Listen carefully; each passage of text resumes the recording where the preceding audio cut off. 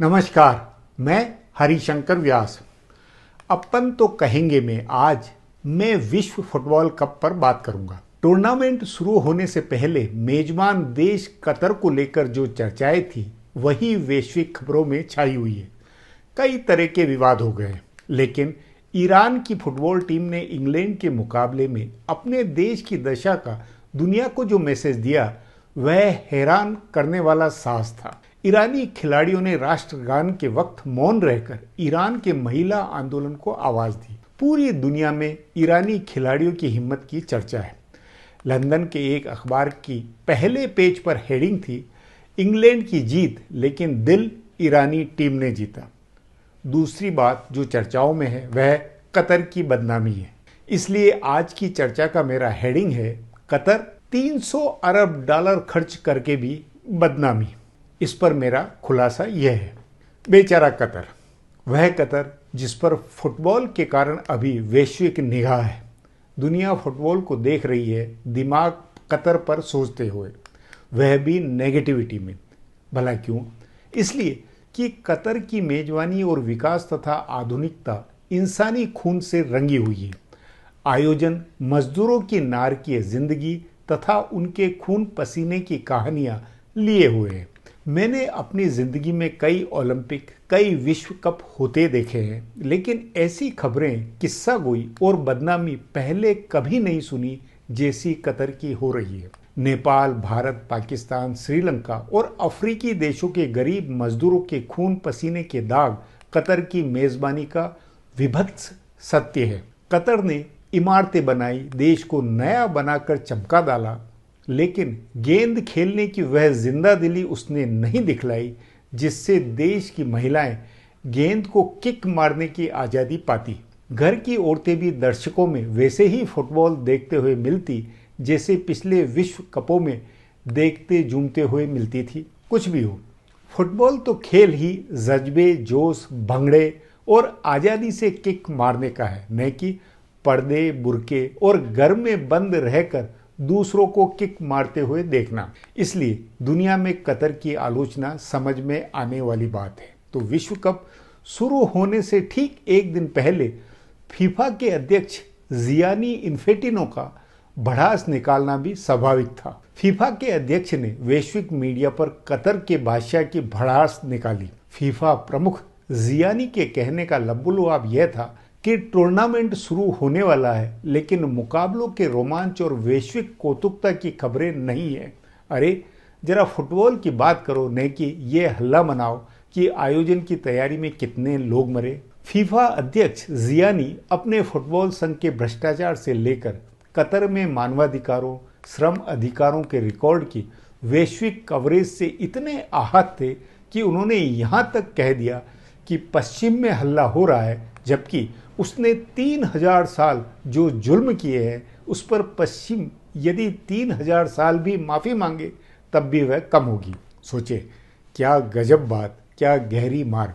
जाहिर है कतर के फुटबॉल मैदान से सभ्यतागत संघर्ष का जुमला भी बना है, वह भी स्विट्जरलैंड के महाअमीर 52 वर्षीय जियानी के मुंह से, फीफा अध्यक्ष के मुंह से। सवाल है, कतर के शेख के बचाव में फीफा के अध्यक्ष को इतना बोलना क्यों जरूरी हुआ? इसलिए कि कतर दुनिया का सुपर अमीर देश है। 12 साल पहले भी उसका पैसा तब बोला था जब उसे फुटबॉल संघ ने 2022 की विश्व कप की मेजबानी दी थी। इसकी घोषणा के दिन से फीफा इस आरोप में गिरा रहा है कि कतर ने उसके पदाधिकारियों को खरीदा। अन्यथा क्या तुक जो जिस देश की टीम 100वें नंबर की है, जहां आबादी 20 लाख और दर्शकों की भीड़ नहीं और न कायदे का एक स्टेडियम, उसे विश्व कप की मेजबानी दे देना। तभी से फीफा लगातार बदनाम व जांच पड़ताल के निशाने में रहा है। स्वाभाविक है, जो कतर और फीफा के पदाधिकारियों में पिछले 12 सालों से परस्पर बहुत गालमेल बना होगा, तभी टूर्नामेंट शुरू होने से ठीक एक दिन पहले फीफा अध्यक्ष ने पश्चिम या कि उन यूरोपीय देशों के मीडिया को कोसा जो फुटबॉल के एपिसेंटर के प्रतिनिधि है। सभी जानते हैं कि फुटबॉल यूरोप या कि पश्चिमी सभ्यता का नंबर 1 खेल है। यदि ये आलोचक उदासीन रहे तो 72वें फुटबॉल विश्व कप का पूरा आयोजन ही फीका हो जाए। दर्शक खेल देखने नहीं पहुंचे, कतर की ख्याति नहीं हुई तो निश्चित ही उसे भारी नुकसान होगा, लेने के देने पड़े। संदेह नहीं कि Qatar first impression last impression का मारा हुआ है, उसी में उसका आयोजन हो रहा है। सन 2009-10 में फुटबॉल संघ में कतर के लॉबिंग से ही बदनामी शुरू हो गई और वह फिर लगातार बढ़ती ही गई। तब कतर में एक फीफा स्तर का स्टेडियम था। देश की आबादी तब कुल 20 लाख थी, अब वह 30 लाख बताई जाती है। लेकिन पेट्रोल और गैस की इफरात कमाई से कतर देश के शेख अमीर ने वैश्विक प्रतिष्ठा के झंडे गाड़ने के लिए फुटबॉल की मेजबानी का सगल बनाया। जुगाड़ बना तो अरब व खाड़ी इस्लामी देशों की जमात में जहां कतर को लेकर ईर्ष्या पैदा हुई, वहीं यूरोप लातिनी अमेरिका में ये सोच बनी कि कतर पैसे की ताकत से हमारे खेल, हमारे ब्रांड और हमारे खिलाड़ियों के प्रदर्शन से अपना रुतबा बनाएगा। जाहिर है कतर की राजशाही की गलती थी जो केवल पैसे की ताकत पर दुनिया के नंबर 1 खेल से अपनी प्रतिष्ठा उसने बनानी चाहिए। दरअसल जैसे नए बने अरबपति सेठ पैसे से ग्लैमर प्रतिष्ठा के लिए फुटबॉल टीमों को खरीदते हैं, आयोजनों को स्पॉन्सर बनाते हैं या स्पॉन्सर करते हैं, वैसे ही देशों में भी ओलंपिक व फुटबॉल विश्व कप आदि के आयोजन की होड़ होती है।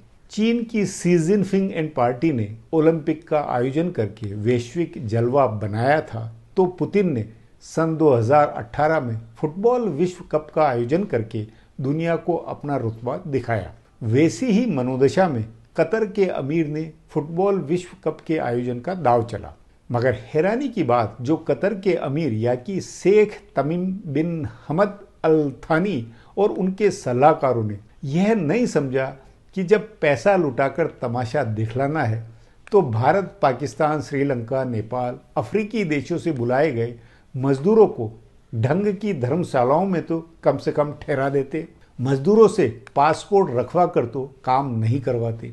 कतर के वीडियो देखने के बाद मुझे भी रियलिटी दहला गई कि खाड़ी और अरब के देशों में उनकी चकाचौंध में भारत के मजदूर वहां जाकर कैसी नारकीय दशा में काम करते हैं। भारत में क्योंकि मनुष्य की जान और गरिमा का खास अर्थ नहीं है, जीरो अर्थ है, तो भारत सरकार, उसके दूतावास और मीडिया इंच भर कभी ये चिंता नहीं करते कि प्रवासी भारतीय मजदूर किन स्थितियों में वहां मजदूरी कर रहे हैं। तभी यह कटु सत्य है कि कतर में मजदूरों की बुरी दशा को लेकर आवाज केनिया, नेपाल, श्रीलंका के मजदूरों की जुबानी उनके एनजीओ से दुनिया ने जानी है, जबकि भारत के मजदूर सर्वाधिक होते हुए भी गूंगे, लावारिस व बेजुबान थे। सोचें, केनिया, नेपाल के मजदूर विश्व मीडिया से बात करते दिख रहे हैं, जबकि भारत का मजदूर राम जी के भरोसे और किस्मत के हवाले अपना खून पसीना बहाकर लौट आया है। आयोजन की तैयारी में कहते हैं 6,500 से लेकर 15,000 के बीच मजदूर मरे हैं, या मजदूरों को बहुत ही आधी अधूरी मजदूरी मिली है। कतर इस सब के सत्य को सचमुच में नहीं जुटला सकता है कि स्टेडियम मजदूरों के शोषण व खून से बने हैं। कह सकता है ऐसा सभी जगह होता होगा, मगर कतर को अपनी अमीरी यदि दिखलानी थी तो वह अमीर की तरह मजदूर को मजदूरी देता, 21वीं सदी के पैमानों में कामगार को पैसा देता। सोचने में भी बेतुकी बात लगती है कि कतर ने पानी की तरह पैसा बहाकर भी विदेश से बुलाए मजदूरों को सामान्य मजदूरी भी नहीं दी। जानकारों के अनुसार सन 2014 में ब्राजील ने फुटबॉल विश्व कप आयोजन में 15 अरब डॉलर खर्च किए थे। रूस ने सन 2018 में 12 से 15 अरब डॉलर खर्च किए, जबकि कतर के खर्च का अनुमान 300 अरब डॉलर का है। मतलब कोई 20 लाख करोड़ रुपए से ज्यादा का खर्च। सिर्फ 30 लाख की आबादी और भारत के किसी भी शहर से छोटा कतर इतने विशाल पैमाने के खर्च की मेजबानी करते हुए तो अनुमान लगा सकते हैं कि यह देश तेल और गैस से कैसी बेइंतहा कमाई कर रहा है, और इतना कुछ होते हुए भी प्रवासी मजदूरों का शोषण। जाहिर है नई अमीरी से कतर के शेख ने अपनी हैसियत, पहचान, प्रतिष्ठा वैश्विक बनाने की फितरत में इस विश्व कप का आयोजन किया है। इससे खाड़ी अरब व इस्लामी देशों के पुराने अमीर शेख ऐसे जले भुने कि जून 2017 में सऊदी अरब, यूएई आदि ने कतर से न केवल नाता तोड़ा बल्कि गैस तेल की सप्लाई रुकवाने के लिए उसके रास्ते भी बंद किए। इनका कतर पर आरोप था कि वह उग्रवादी इस्लामी संगठनों जैसे मुस्लिम भाईचारे को प्रश्रय देता है। मानना होगा कतर के अमीर को, जो उसने तुर्की के जरिए पश्चिम को तेल व गैस सप्लाई के नए रास्ते बनवा डाले। ध्यान रहे, यदि सऊदी अरब, दुबई, यूएई अमेरिका पर निर्भर है तो कतर में बाकायदा अमेरिका ने बड़ी संख्या में अपने सैनिक तैनात कर रखे। मगर सऊदी अरब बनाम कतर में ऐसी खुन्नस है जो कतर ने अपने को आधुनिक दिखलाने के लिए वैश्विक टीवी चैनल अल जजीरा बनाई हुई है। उसके जरिए वह अरब आबादी पर असर बनाता है तो वैश्विक स्तर की एयरलाइन सेवा भी उसने चला रखी है। और अब फिर फुटबॉल का शो। अपनी जगह हकीकत है कि अरब व इस्लामी देशों के नागरिकों में भी फुटबॉल को लेकर बहुत क्रेज है। जो हो, वैश्विक प्रतिष्ठा की भूख में कतर के अमीर शेख तमीम बिन अहमद अली थानी यह माने हुए थे कि विश्व फुटबॉल कप की मेजबानी से दुनिया उनकी कायल होगी। लेकिन उल्टा हुआ।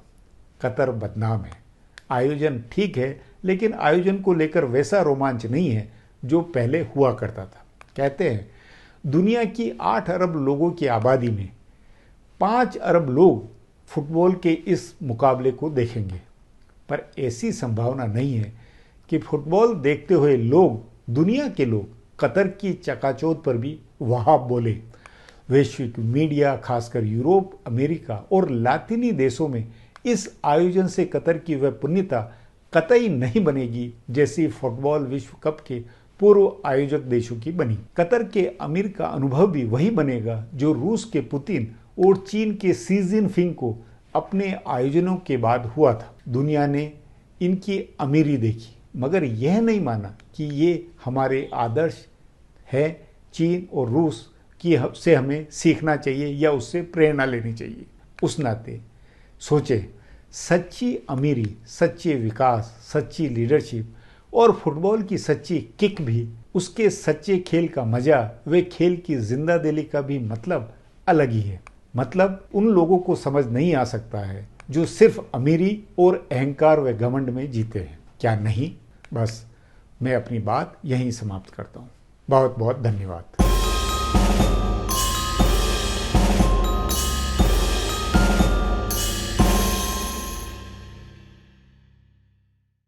Do not forget to subscribe to our channel for all the latest gossip on politics and my take on world affairs.